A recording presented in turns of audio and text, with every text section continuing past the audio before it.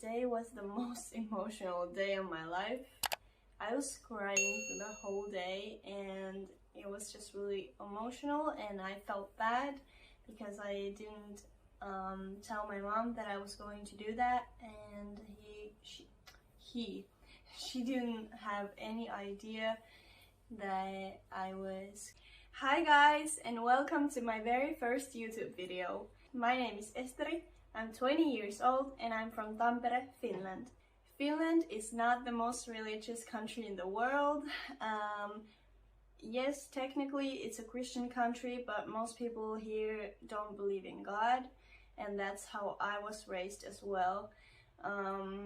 I grew up in a really small town called Harola, where there is probably 200 people living there, so everyone knows each other, and a religion wasn't a part of our lives. I didn't know anyone who was a believer and so on. So yeah, so my mom doesn't believe in God. She does believe in some higher power, but doesn't really believe that it's God specifically. So she wanted to raise us the way that when we grew up, we could decide for ourselves if we wanted to believe in something or if we didn't. So that's why I didn't grow up in a religious family. So growing up in school, of course, we had lessons about Christianity, but to me, they never felt right.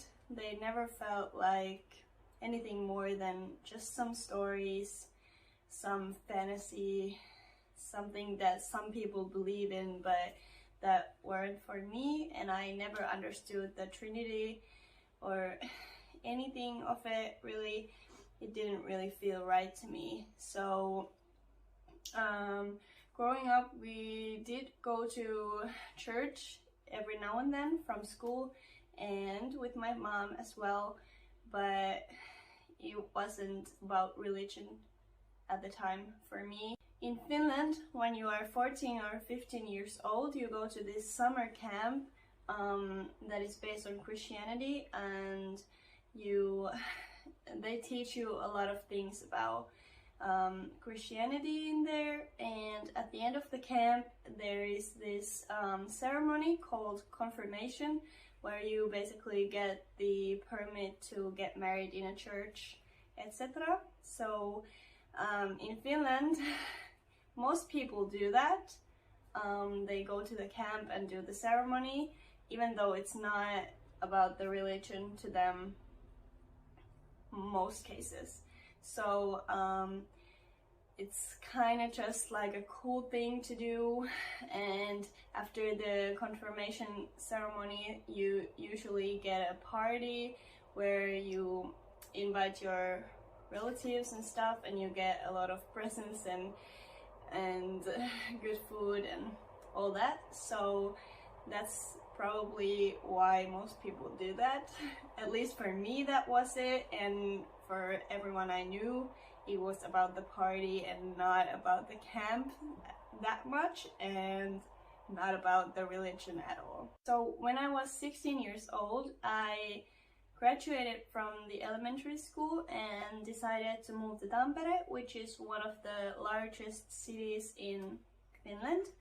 And I wanted to move here because I wanted to go to this high school that had a music line there, because I love to sing and all that. So I applied and got in and moved to Tampere, and still wasn't religious at all. Religion was not part of my life in any way. I didn't care about it, and I didn't feel like it was something for me. So I just kind of lived my life and didn't really care. When I turned 18, I resigned from the church because when you turn 18, you need to start paying taxes to the church, and I didn't want to do that. And I was thinking in my mind like, I will get back in when I need to get married in a church, because in Finland at least, getting married in a church is a really beautiful tradition, and most people want to do that. and when they get married in a church, after that they resign from the church like next week or something, maybe the next day even, because they don't want to pay the taxes, but they just wanted to get married there because it's beautiful and it's traditional and so on. But when I turned 18, the same year I met my husband, alhamdulillah, and he is a Muslim. He has been born into a Muslim family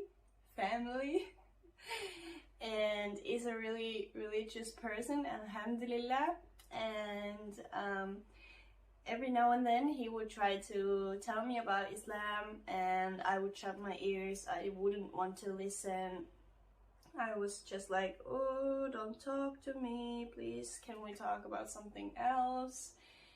And that went on quite a while, and every now and then he would try to ask me some questions of like what I believed in, and I was just really arrogant. I remember being like, well, I don't believe in God because obviously he doesn't exist and you can't prove me that he exists and all that. So I was just like really arrogant about it. Then maybe I would say 6 months later, I decided that I want to do some research on Islam so I would know what he believes in, and I could try to understand him better and stuff like that.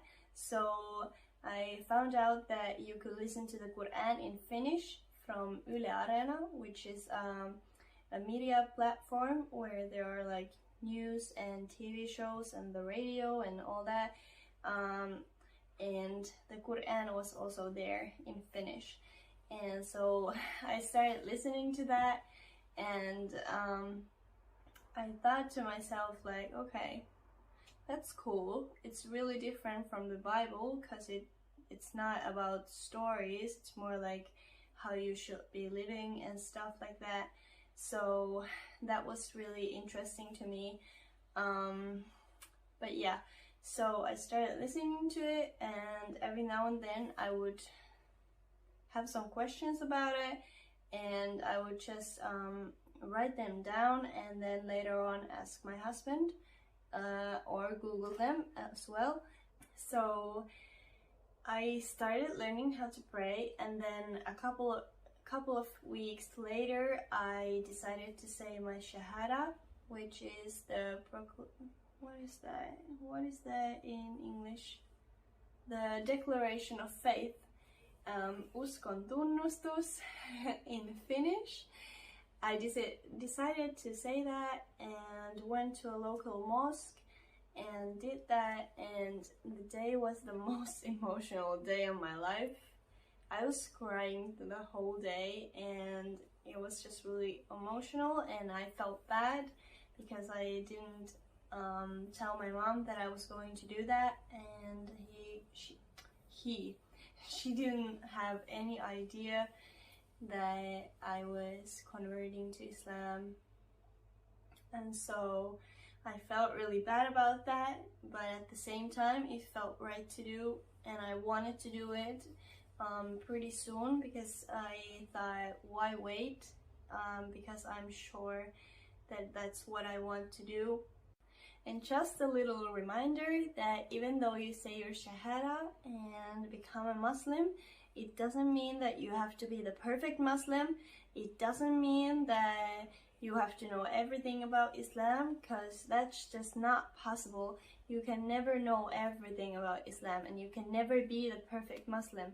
You just need to try your best, and God will understand, and God will be forgiving and merciful to you, and He will guide you in your life when you ask for it. And yeah, so please be kind to yourself and don't expect too much from yourself, because you cannot be perfect. You just need to try your best, and that's all that counts, and God knows that. And I think that's also a good way to end this video, because I think this might be quite a long one, so I don't want to make it any longer.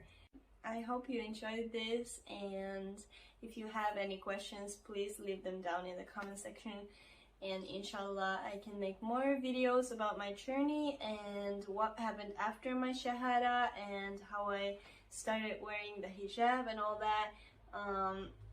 Inshallah in the future I can make more videos about that, but for now I will end this video. So thank you so much for watching. If you lasted the whole video with me, thank you, thank you, thank you. You are amazing, and peace and blessings be upon you.